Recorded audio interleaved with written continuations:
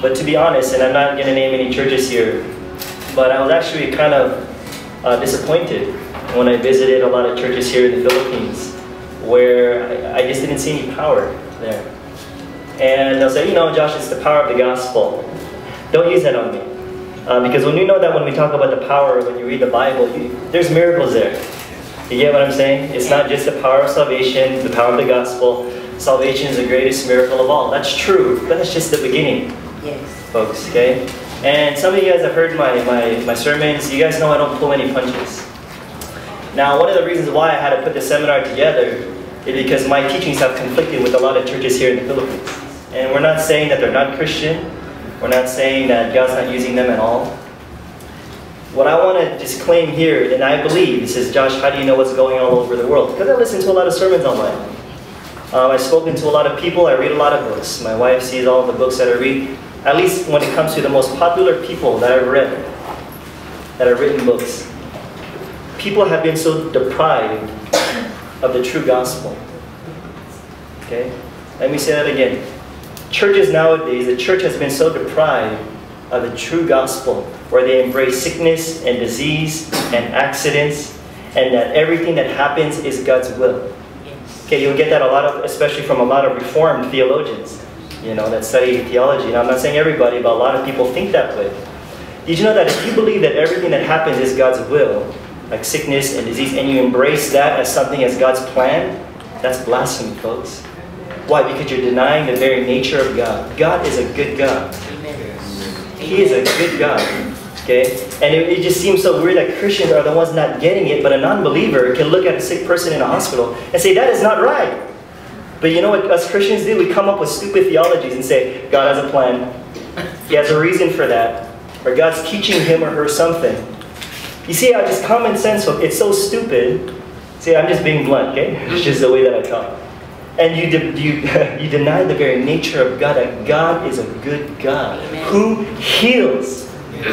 Okay? People get kind of confused when it comes to God and the devil. They reverse the roles.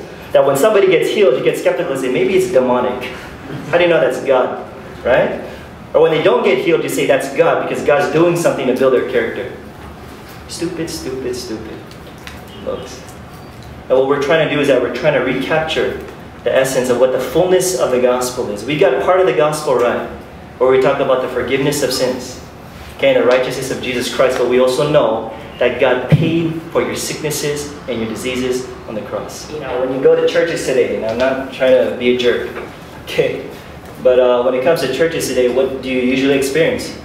Many times it's very empty programs. Okay, you just can't wait till it's over. Okay, I'm not saying every church is like that, but I'm just saying this is how a lot of churches are functioning now. Right? You just go through a stinking program. Right? You have superficial relationships. Yes. Or they're your friends because you're in ministry with them. Now, that's not my point. But when you go to a typical church service, you tell me when you see an amazing power there. Right? Did you know that when you look in the scriptures, when they preach the gospel, they demonstrated it. They healed the sick. But what do we have today?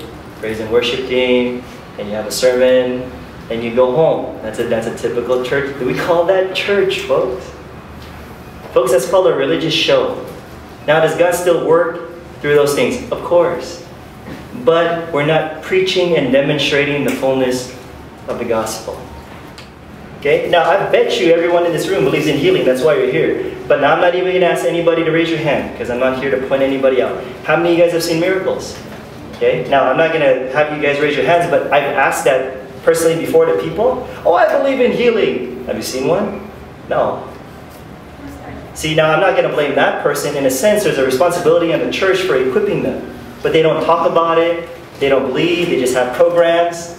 You get what I'm saying, folks? You see, and so I want you guys to be so confident to see that this new covenant, which is the gospel of grace, which is the gospel of Jesus Christ, you will see things happen. Because this is the gospel. And God promises us in the scriptures that when you heal the sick, they will recover. Never put the blame on God. Never put the blame on God. God is a good God all the time. The devil is a bad devil all the time. And don't confuse the two.